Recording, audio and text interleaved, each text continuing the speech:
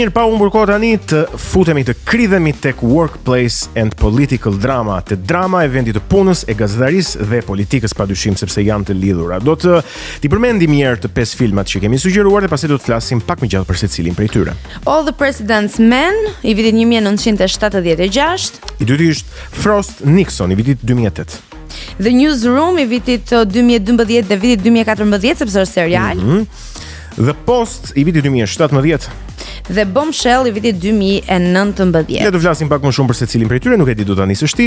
Si të duash, për mua është okay. Po ja se po e nisun. All the President's Men me regji të Alan Pakula i vitit 1976 është një thriller politik që tregon historinë e vërtetë të dy gazetarëve të The Washington Post, Bob Woodward dhe Carl Bernstein, që zbuluan skandalin e famshëm Watergate, duke çuar në dorëheqjen e Richard Nixon. Filmi mori vlerësime të shkëlqyera dhe fitoi 4 Oscar, buxheti ishte rreth $8.5 milion për prodhimin dhe për sa i përket arkëtimeve arriti të grumbullonte mbi $70 milion.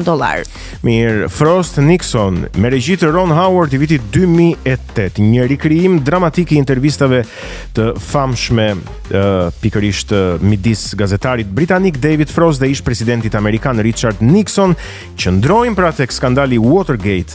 Filmi u nominua për 5 çmime Oscar, përfshir edhe filmin më të mirë, dhe Michael Sheen dhe Frank Langella dhanë performanca të jashtëzakonshme.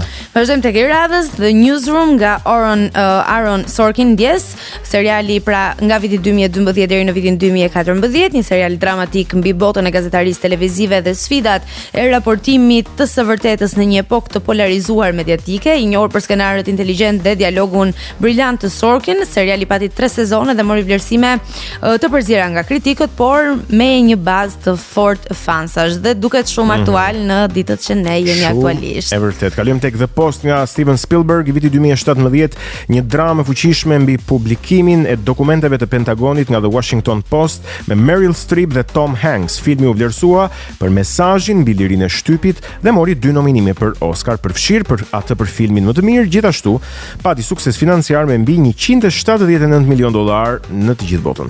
Vazhdojmë tek i fundit, Bombshell J. Roach i vitit 2019, një dramë biografike mbi skandalin seksual në Fox News, ku 3 gazetare përballen me Roger Elias, shefin e këtij televizioni, këtij rrjeti mediatik. Filmi mori vlerësime për interpretimet e Charlize Theron, Nicole Kidman dhe Margot Robbie, duke fituar një Oscar për grimin dhe duke u nominuar për rolet kryesore.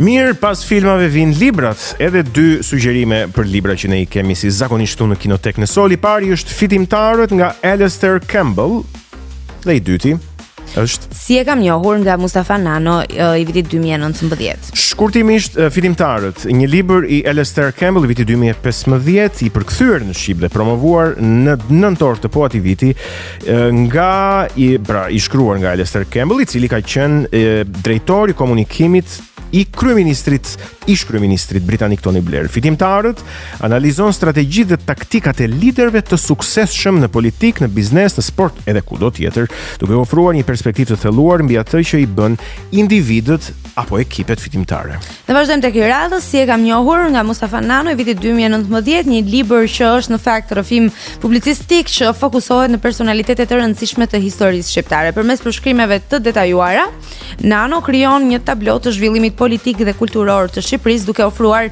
një perspektivë unike mbi figurat që kanë ndikuar në formësimin e vendit.